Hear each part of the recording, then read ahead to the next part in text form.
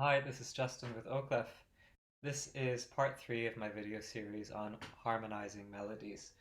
In the first two videos, we talked about how you can harmonize really simple tunes like hot cross buns using either primary fifths in the left hand or by using basic triads. We also talked about how you can enrich the melody either by playing thirds or by playing sixths in addition to the harmonies in your left hand. That would sound like this.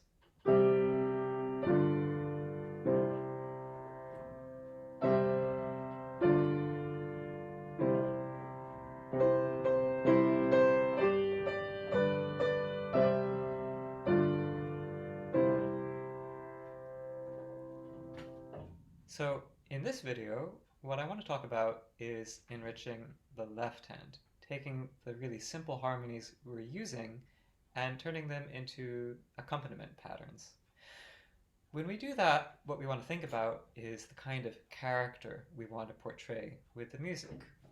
We can take this simple melody, we can turn it into so many different things. We can turn it into a flowing song, or into a waltz, a kind of a dance.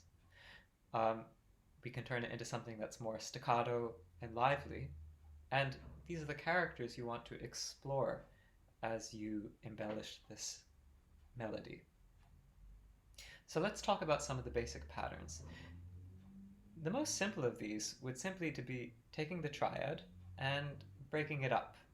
You could do this in a number of ways. Perhaps the simplest would be a waltz pattern, playing the bass and the upper two voices like this.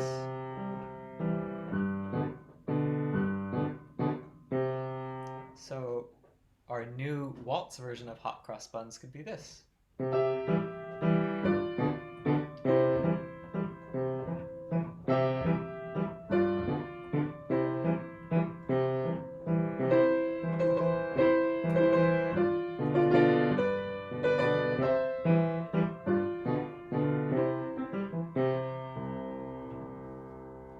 If we wanted something more lyrical, we could arpeggiate the left hand.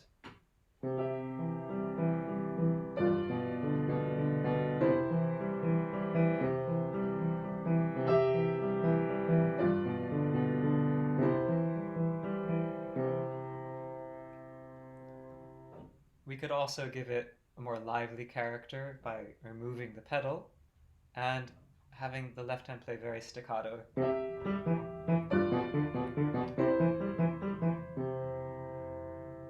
And so we're exploring this melody from a variety of perspectives. We're giving the idea of flexibility and spontaneity, even to just one tune. So far, all of the accompaniment patterns we've talked about now have been in what we call a narrow disposition, meaning all the notes of our chord are squished as close together as they possibly can be.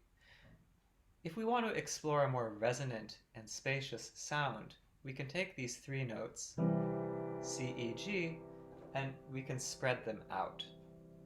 So a simple way of doing this would be to take our primary fifth, C, G, to double it with an octave here,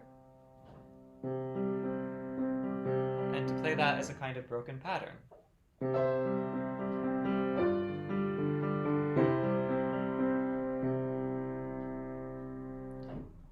Another way of doing that would be to drop an octave further in the bass register, and then to take the third of the chord, which is E, and add it as a separate thumb voice, so that instead of playing the chords C, E, G, we're playing the chords C, G, E. And if your hands are too small to reach that, you can always arpeggiate it.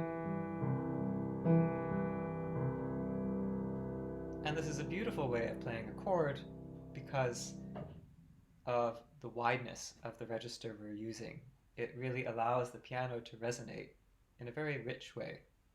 So our new setting of it would sound like this.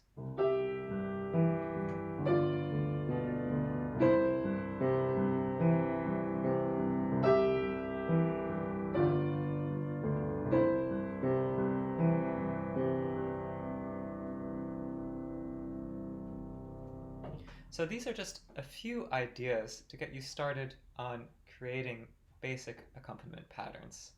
And it's so useful to do this with your students because they learn to interpret songs differently by arranging them in different ways. And it also teaches them to recognize different accompaniment patterns in the repertoire they're playing. You know, if they play a piece with that kind of left hand pattern, which is very spread out, they're going to recognize it very quickly as accompaniment pattern, you know, and as a C major chord that's been spread out. So I hope you find this useful. Maybe you'll try it with a few of your students who are sort of inclined to study music this way. And in my next video, we'll talk about more complex ways of setting melodies to harmony.